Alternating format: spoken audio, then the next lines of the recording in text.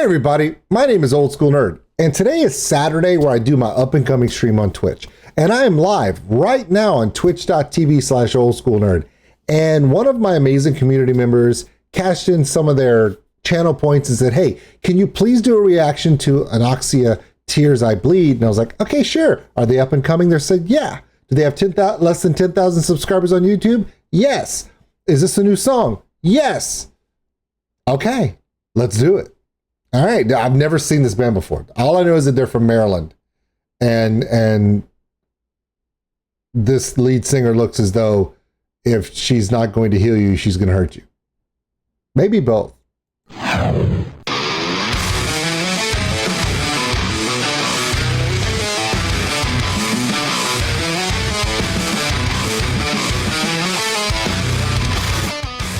Check us out on OldSkuleNerd.com. It's got all the social media posts, the Patreon link for those who want to support the channel, and of course, you know, twitch.tv/OldSkuleNerd, where I'm at right now.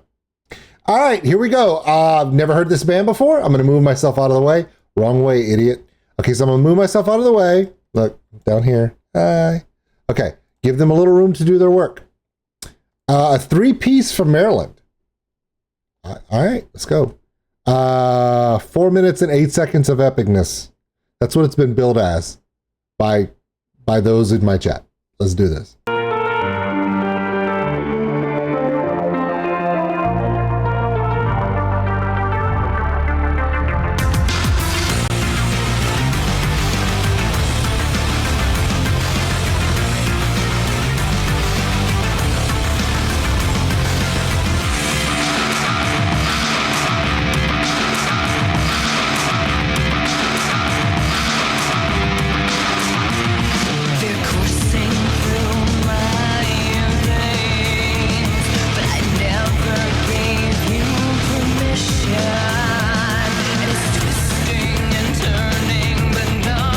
Okay, I'm into it, but I'm confused, but I like it because it's confusing me.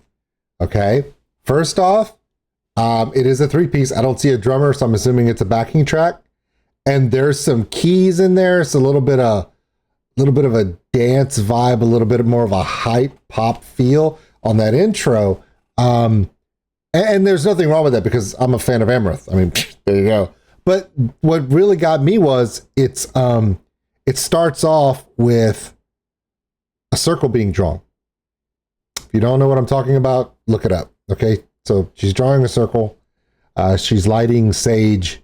She's cleansing, and very primitive, paganistic, old religion style thought process. So you think of primitive, you think of ancient ritual kind of feel, but at the same time that's going on, they're playing a modern backing track with rhythm and everything else. It's just crazy. So that's kind of different. Took me off guard. I don't know what's going on with the plague mask on one side and the horned one on the other side, but whatever works. Her voice is very textural, which brings honesty to it. It brings a subtlety that makes you think it's believable. That's a good thing. Let's continue in. I know I stopped it right off the bat, but I've never seen this band before, so I'm going to give a lot of thoughts, whether they're right or wrong. You know me. Let's keep going.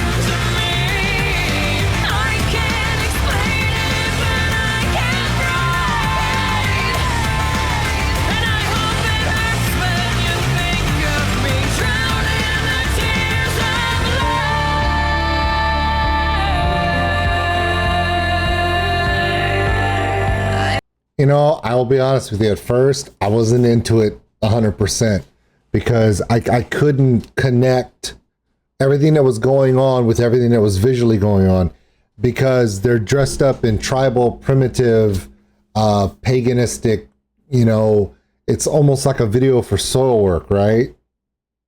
You right? You know, that kind of a European callback. It's like a metal, but it's storytelling, that whole situation. And but it has like an electronic backing track. It still does. And so it's like a contrast between the primitive and the technological, the past and the modern. It's a clash. And I was like, it's displacing. And at first, her voice, her singing was very textured. It was very kind of a folkish, but had kind of a little bit of a swagger in it. And then she did a really good clear tone in the first chorus. And I was like, okay, this is pretty good.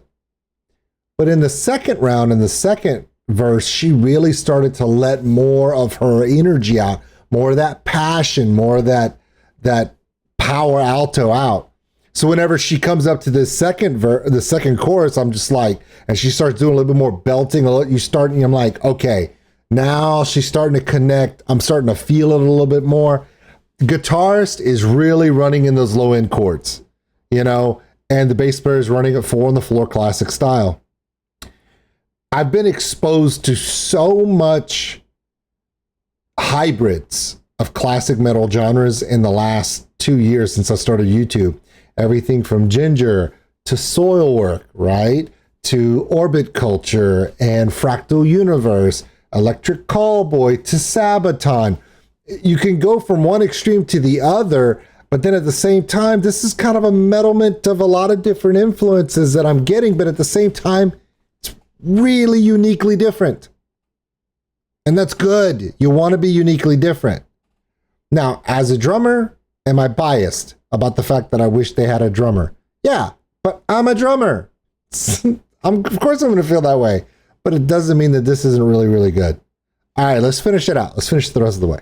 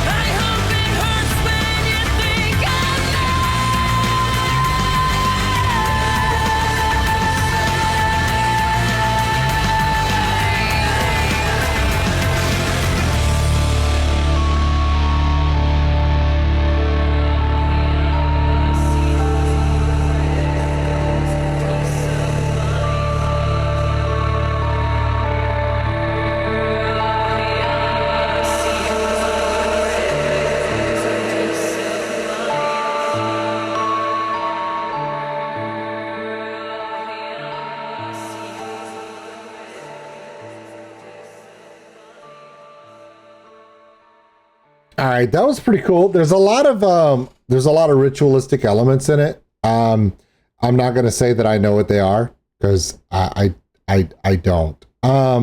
So this I don't, but that's a good thing because it's not my world.